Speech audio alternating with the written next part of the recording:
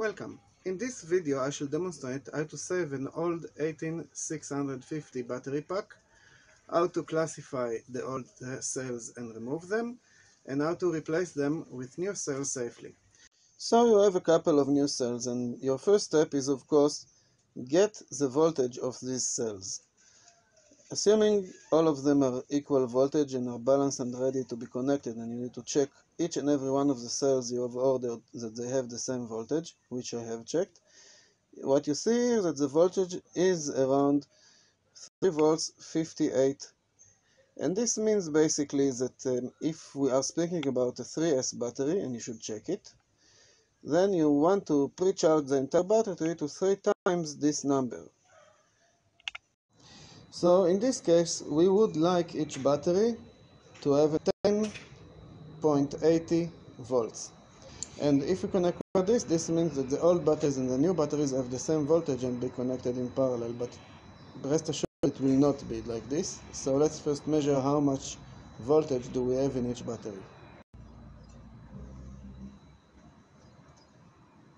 In this case, manually balancing it means simply to drive the scooter until the battery of the scooter will be approximately 10.80 volt.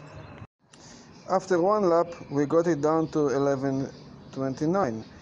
Basically, this means we'll need approximately 1.5 more laps to get it to 10.80. Yeah, there we are. Just driving the scooter gives us a pretty good balancing to the new batteries. The equipment we need to tear it down, which is basically a screwdriver. I mean, it's quite easy. Obviously, we will need a new BMS. I have several BMS straight out of the Chinese printing press, so BMS is not an issue. We will also need some battery paper. We will need a spot welder, a battery for the spot welder, then we need a charger for the battery for the spot welder. All of these have put links in the description. And the most important thing we need is this. What we have here? We have here cat litter sand. If we will have any problems, we will simply throw the battery in the cat litter and take it outside, because lithium fire is a very, very serious issue and we need to take a lot of care. Last but not least, this table that I'm working on, that's a maker table. I have here 2 clamps, and basically this one is made by Keter. It's an Israeli firm, but you can find a maker's table everywhere. It's an optional feature. It really helps holding the batteries in place when you tear the nickels from them. Okay, so having said it and being ready and having the bucket with the sand right underneath, we can start tearing down the battery. This is quite easy. Sure, it's easier from above.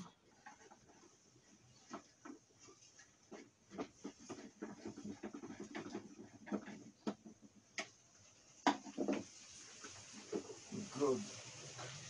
So we have here the innards of the battery, which is a very, very simple, straightforward, non-assuming 3S 12 volt battery containing 18650 cells inside. So we know what to expect. There isn't any surprises here. Meaning, okay, so I'll take the cover away. Notice the cover has a fuse. Very nice idea to put a fuse. The company which built the scooter did it. Okay, and we have here the battery. Now, before we tear it down completely, this will be the next stage, I need to make clear that the buses in the battery are made from nickels. So we have new nickels to replace them with. I'm not going to put the old nickels back. All of these nickels, we have here 2 brands, the ones which we use for the central buses and the buses. All of them are 0.15 millimeter. I don't use any narrower than this because we need to carry a lot of current.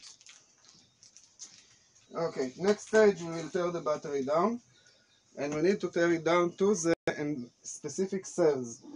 Then we need to go over the cells and test them to see their internal resistance and characterize them by their internal resistance, so we will discover which of the cells are already too old to be reused. Most important thing to do now is to take off any kind of watches, because now we are about to deal with the innards of the battery. So we need to open the battery. Let's use the knife to do this.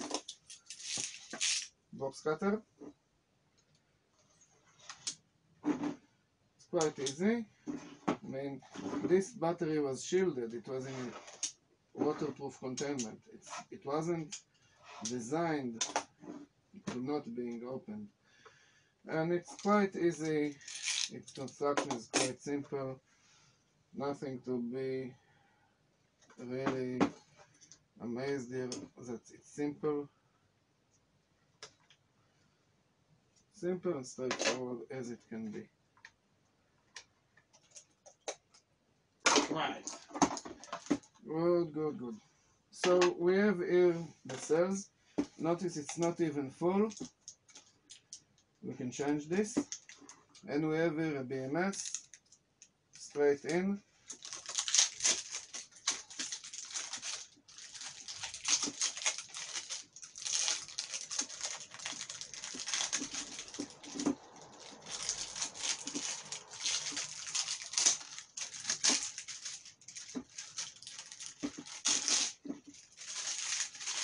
Good. So see, 360. What do we have in this one? 362. In this one, 360. So basically almost balanced correctly. Considering the new batteries are 359, this means we will not need to worry, and this can be connected in parallel to the new batteries. The change is not enough to cause any kind of a damage to the batteries apart. So what I usually would do in this case is not start directly with the plus and minus connections, because if after I discard the battery connections, then this voltage will be zero, and then it will be completely safe to touch it with the welder. So I'm going to start with the stripes first. What I just did is wait for the solder to warm up. These are not interesting currently. They will be very interesting later, but not now. And now we need to take the stripe away.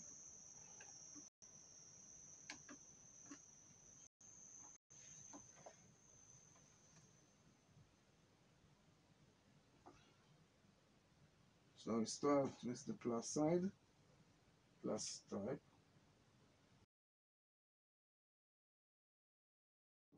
Okay, tear down complete. Now we need to clean the remaining nickel from each battery. Another approach is to keep the battery intact with the housing inside the clamp.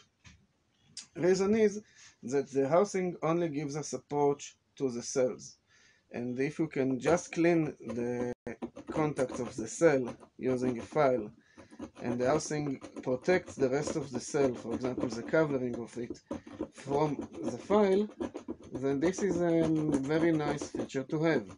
Unfortunately, we might hurt the housing a little bit, but this is okay because the housing is only plastic. So what if it gets a little bit corrupted? It will still be usable even if it gets a little bit filed. So this is an approach, and I like to use both. I mean, I usually use the housing intact on the cells to clean them, and then afterwards I go on each and every individual cell and make sure that it's clean. So it's not maybe the optimal approach, but it's not a bad approach to start with the housing on. It does mean, however, that the earthing will not look new. Next step, I'll give a number to each one. Order does not matter. We just need to identify them. Okay, cells have been numbered. So you have ripped up your cells and you want to classify them by internal resistance. In essence, you want the cells with the lowest internal resistance and you want to throw away all of the other cells. In practice, you will need to keep some of the cells considering the amount of cells that you have to replace them, but you still want to keep the best cells. This means you need at least 3 digits for the, let's say, internal resistance of the cell. Now, what you would want is to measure large current through a shunt, but let's say you don't have a shunt, but you have a 10 ohm resistor like this. This is the best discharge resistor for 12 volts. It will work also for 3 volts, of course, and this will limit the current. So we have very good reasons to use it. However, in this case, this would become problematic to simply connect and measure the current, because the current here will be above 200 milliamps. This will force us to go to the 10 amps unfused mode, and in this case we will not see any kind of a real difference between the cells. So we need to be a little more gentle than this. Okay, my plan is to add in parallel to the shunt 10 ohm resistor smaller resistors of 10 ohm in series to 1 kilo ohm, and then measure the voltage over the 10 ohm resistor and deduce from it the current through this branch. From this, through using of current divider, deduce the overall current. Knowing it's 3.6 battery, we then know the overall resistance. And then we have the total resistance of this branch in parallel to this 10 ohm, and therefore we can simply take this total resistivity and reduce it from the resistivity found, and then we know the internal resistivity of the cell. So this is pretty straightforward and it should work. However, in order for it to work, we need to know exactly what is the resistivity of each and every one of the components. And for this, even measure the resistivity using this multimeter is good enough, but we need to do it for every one of the components and not just trust and say this should be 1 kilo ohm, this should be 10 ohm, this should be 10 ohm, because it will not give us a good result since it's not exact. So we need to get the best results we can possibly get. So for example, if I just measure let's say this 10 ohm, then what I see is that it's not exactly 10 ohm, right? It will never be exactly 10 ohm. If it's 5%, it will be within 5% difference, but it will not be exact. So I need to measure exact results, and I need to do it for all of the components here, and then connect it. So let's do it. So overall I got 10.3, 10.4 for the resistivity of this supposedly 10 ohm resistor, and 995 ohms for the supposedly 1 kilo ohm resistor. It's pretty good. Now we have pretty good exact results for all of them. And now I can connect, and then we can test the current. Right, so now we are testing one of the cells, and as you can see, the voltage is 35.5 millivolts on the 10 ohm resistor. From this we can deduce the current in the parallel branch, and from this we can deduce the overall current, then the overall resistivity. Then since we know the total resistivity of the branch and the 10 ohm resistor, we can deduce it and get the internal resistivity of the cell. And this would be pretty exact. But notice that the difference between the cells is only on the order of the third digit. It's pretty stable, the measurement is stable, so we can use it, but still. It's not like we have a lot of room to manipulate or anything. the results are different. So we have different classes of cells. We should take the cells which give us the larger current. So we could stop here and say, okay, I will simply take the cells on which I see the larger voltage, and this would be fine. However, it would be best if we simply calculate the exact result. So let's fire up Excel and do this. I've already measured all of the cells. Right, this is the current divider formula given by Wikipedia, but we need it in the other way around, meaning we need to multiply in the reciprocal of this expression here the current we measure over the parallel branch of the shunt. So we first measure the current over the parallel branch, multiplying by the reciprocal of this expression, and then we get the total current coming out of the cell.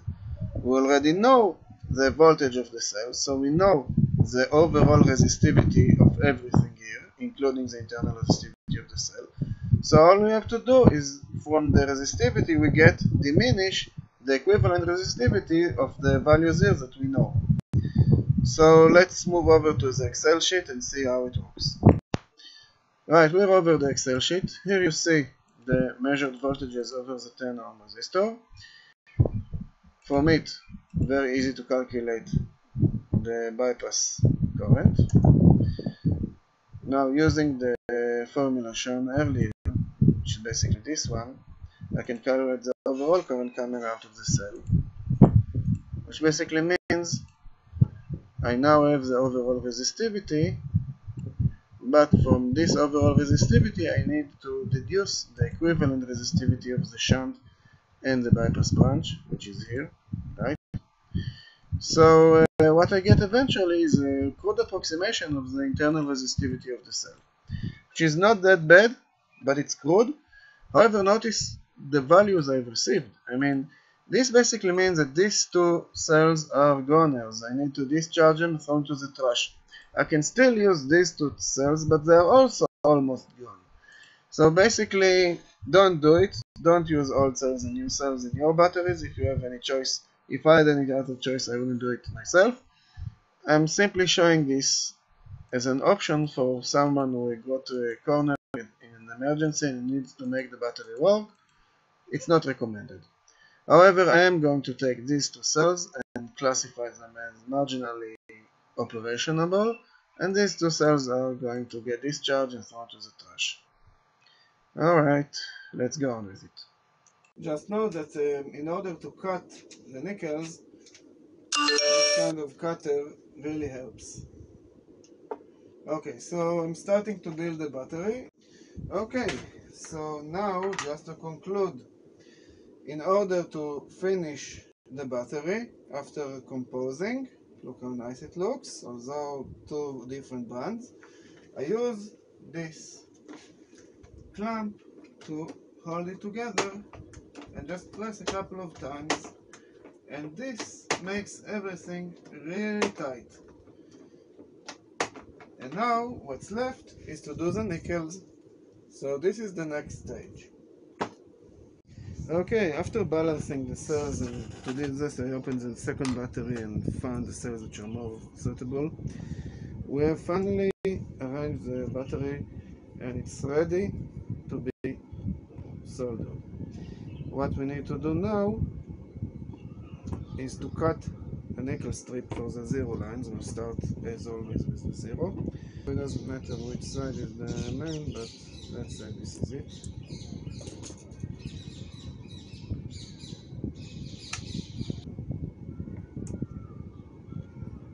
To do that, we need to prepare the spot welder.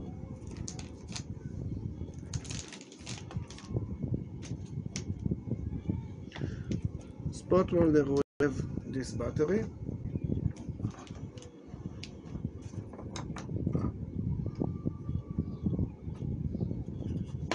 Ready? Now I'm switching it on. Okay, so I should be here until 10. And we are 45C. It's here. and I want, let's say, for about 1 and 0.15. Okay, let's start welding. I'm gonna start with the battery over here. Usually start with the end. Okay, we can start with the end here also. This will be the 0, 1. Should get nice distance between them for the first one touch.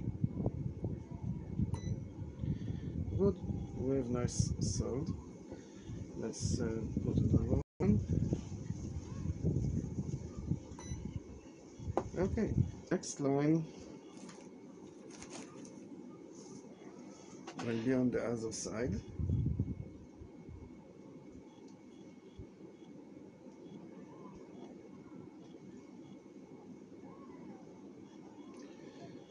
This is the 3.7 up to 4.2 line.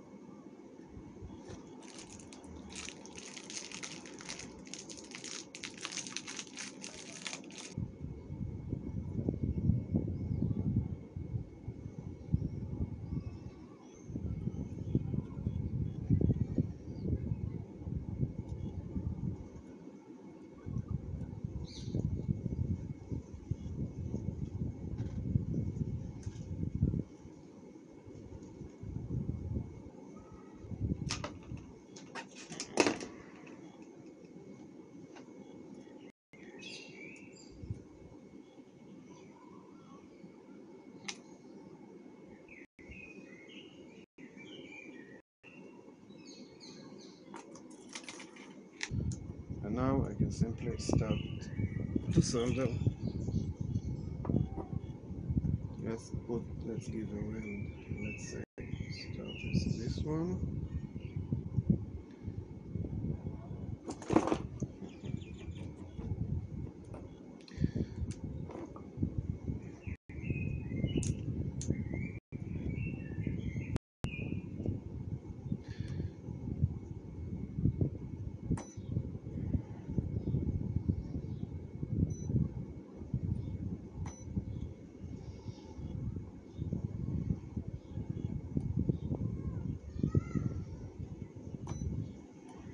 Okay, so we have all of these spots nicely done, and now we should do the rest of the battery. Well, the battery is ready, everything soldered, and before we can tape it off, we need to arrange the cable that needs to go out of it. Let's have a look at the BMS. So what we see when we look at these kind of Chinese BMSs is that the minus from the battery connects here, and then it needs to go through the MOSFETs to the exit, which is here. However, this is basically the minus. I mean, this is coming minus, exiting minus, and therefore the minus line should come from the battery and connect here, and then go from here to the scooter, while the plus from the battery can go directly to the scooter. The cutoff is being made on the minus line, while the plus line just need to send the wire here to B plus. So from the plus of the battery, we need to go with two wires. One wire to here, small wire, and one large wire which needs to go directly to the load, while from the minus we need just one wire that's going from the battery and connects here, and it is also shorted to this and this. So this is shorted, this is a short.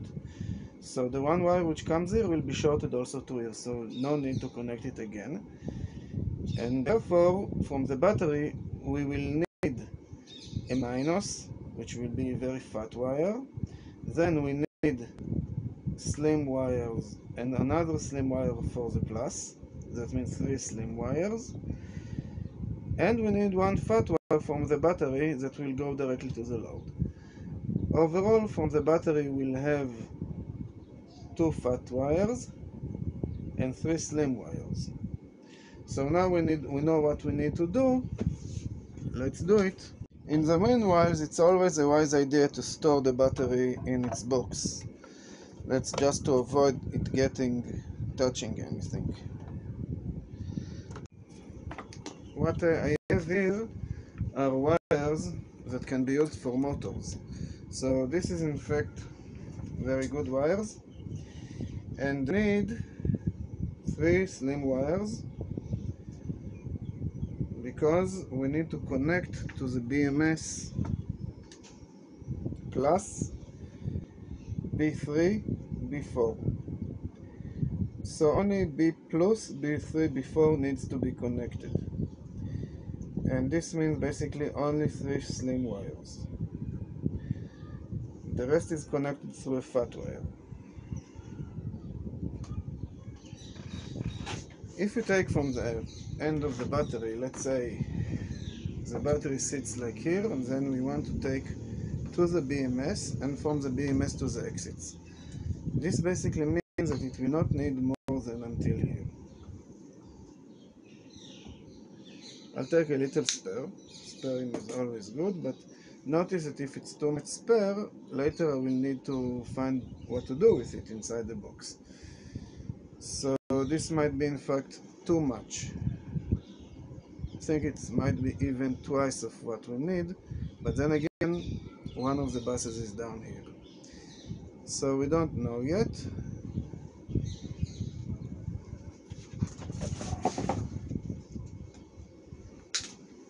Good. Now we need to do connections.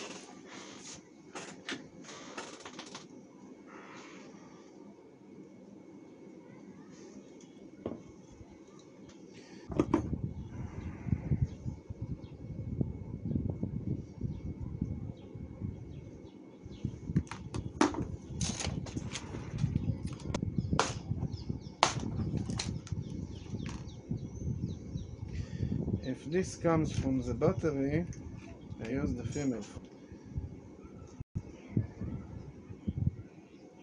Turn it so.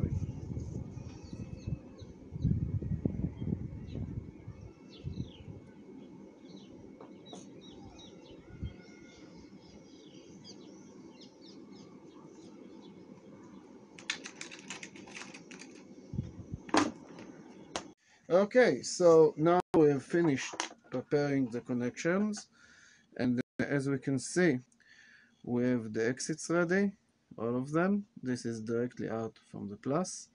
This is to the BMS from the minus. On the BMS side, we also did the same. Prepared the entrances that will go directly by color code. And as you can see, the plus goes with the green wire. It will go directly to the plus here. And yep, B plus gets the green wire. Second one is the blue. Third one from the plus is the purple. And the next one is shorted to the minus. So this will go to the minus. So everything here is ready. So the next thing to do is to tape off the battery. Why do we need to tape it off? Because we cannot just place the BMS like this. All of this is charged. It has charge in it. We need to defend it. So everything here needs to be protected by something. Later I will also put a battery paper on top of it. But below the battery paper I will add another layer of protection, and I will tape it off using Kapton tape. So I have a lot of Kapton tape and I will do it right away. Okay, battery taped off. We have everything we need here. At this stage, I think it would be better to already place it into the battery case.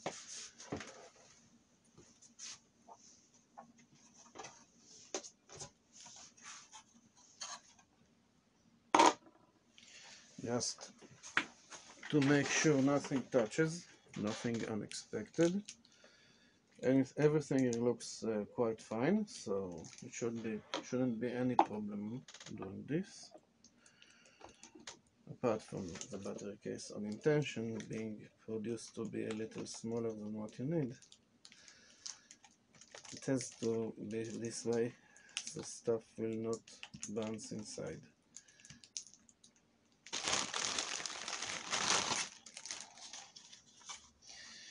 Because what I just did was prepare the wires, but I need to connect them with the BMS, which should come here.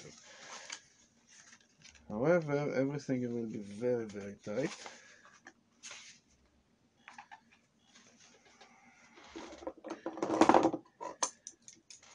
Battery.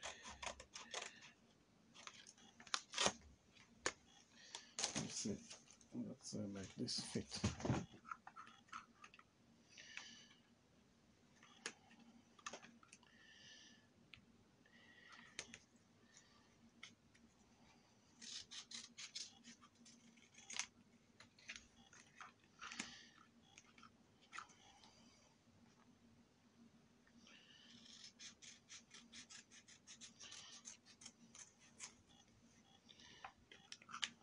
Good. Okay, so we have also battery paper, one carton tape, one battery paper. This should be enough.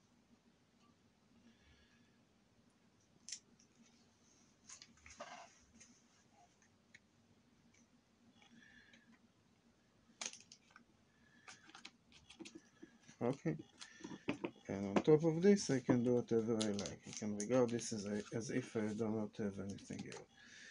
So what we need to do now is actually plug the battery minus into the battery minus of the BMS. So first let's just mark it so I will not lose it.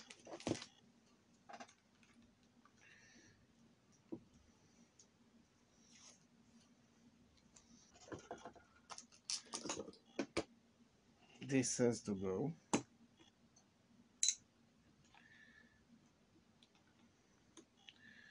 Everything is safe, I hope so. The reason it has to go is that it doesn't fit the BMS. So this connector simply doesn't fit.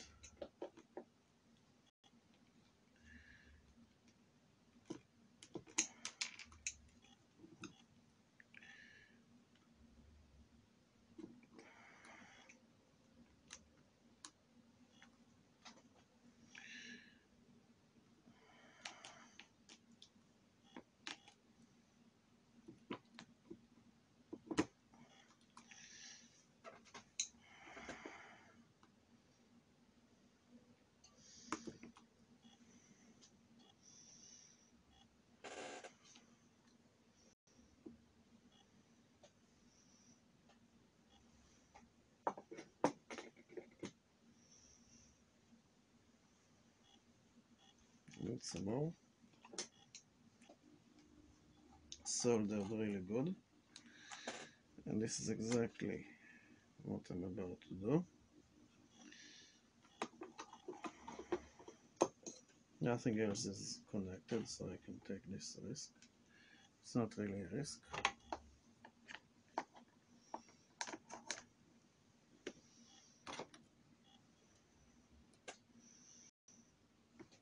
Because nothing is connected, it's not a risk.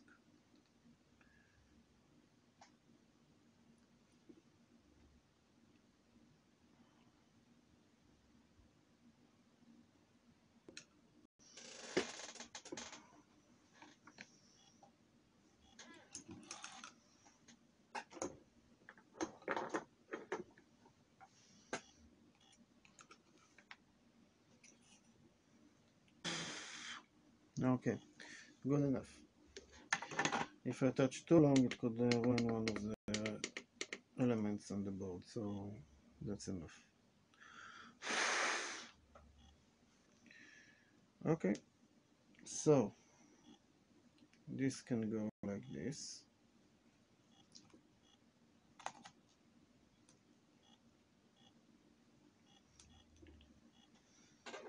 Now we can cut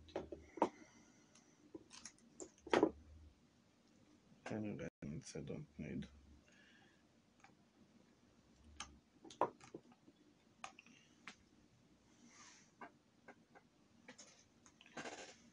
It's necessary because I don't have a lot of spare height. Okay, and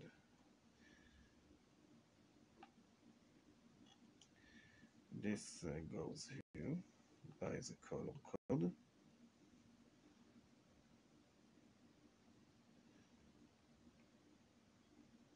Good. So it's connected. BIM is connected. Now this can go here.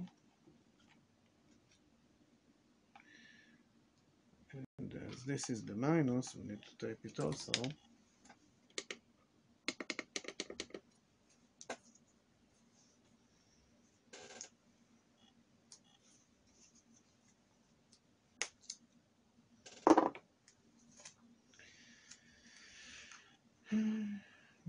Assuming this works, I'm going to reopen for a test charge. We need to check that the BMS works, otherwise we didn't do anything.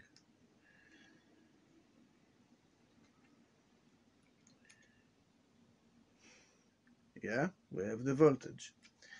So at least this is alright. Okay, we finally came to the final step, which is basically putting some hot glue on the contacts which I don't want to leave exposed. For example here. And maybe also here. And also to make this stay together.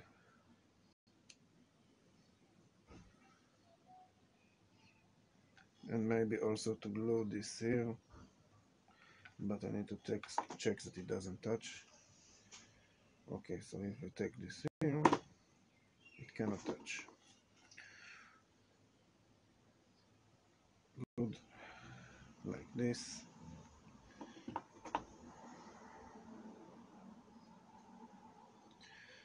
Let's wrap it also here.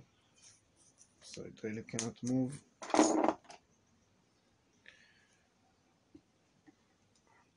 So basically, now we are taping everything off.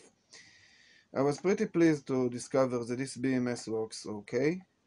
I wouldn't say flawlessly, but it doesn't have any issues as far as I can see. So after we put some hot glue on the contacts, I also want to glue it to place so it will not move.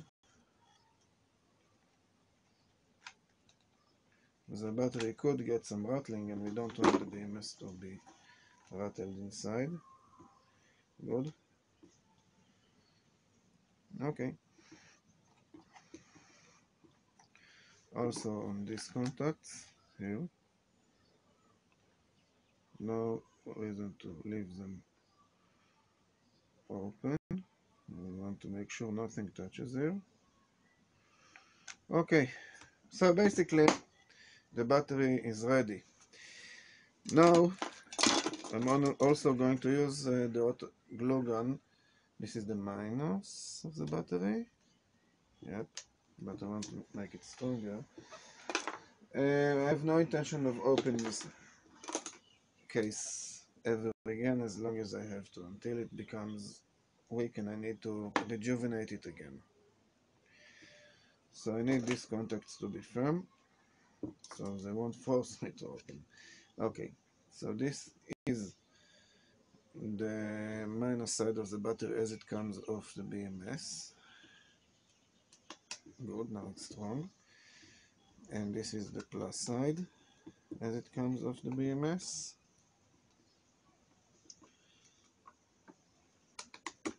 Good, so both of them are firmly held in place. And now I can simply, maybe I should put this like this. No, it can be like this, I think. Okay. Now I can use the glue gun to close the battery. Let's do it. This is the final sealing, meaning, sure, it's just hot glue, it can be reopened, but it will give a seal against rainwater. in addition to the box that the battery is in, which is also a good seal. So we'll have a double layer of seals.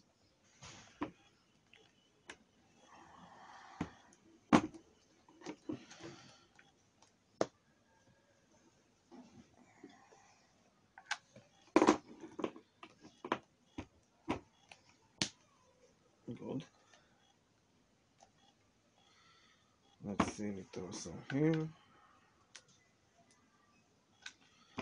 And finally on this side over here. Nice. Okay. So we just got ourselves a new 12 volts battery. And instead of the old cells, we put new cells whenever applicable. And it's also sealed. Well, as you can see, I found another use for the clamps of the work table. This maker table has 2 clamps, so I made sure that the battery is closed nicely and sealed nicely. Now we can return everything to the external case. Remember, this is the external case.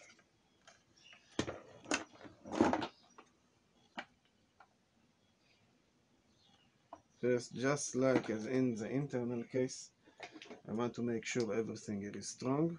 Although opening the external case is not as problematic as opening the battery itself.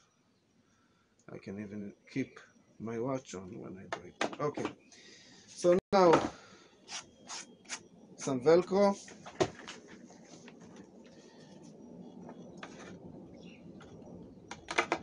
Connect plus to plus, minus to minus. Scooter will not run if you reverse the polarity. Yeah, it's nicely done, nicely holding. Fuse in place, Velcro in place, and slide it to the base and on the Velcro. Okay, so this is basically done as far as this battery is concerned. What's left is simply to get all the screws closed.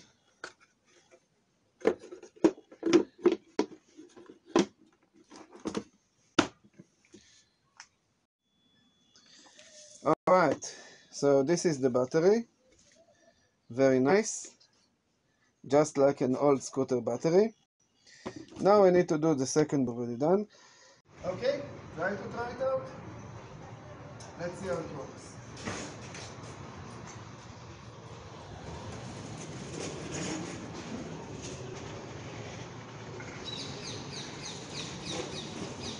Well, obviously it works, but what has been done here is irresponsible, foolish, dangerous, and you should never do it. Dig deeper into your pockets, get batteries of the same kind, and never connect different kinds of lithium-ion cells. Why? Because A, the weakest cell will always limit the current, so it will not be good. And second, even if it will work, the weakest cell will eventually become a short circuit, so you'll have to throw it away or risk problems. So in short, we take no responsibility, don't do this, and I hope you enjoy it.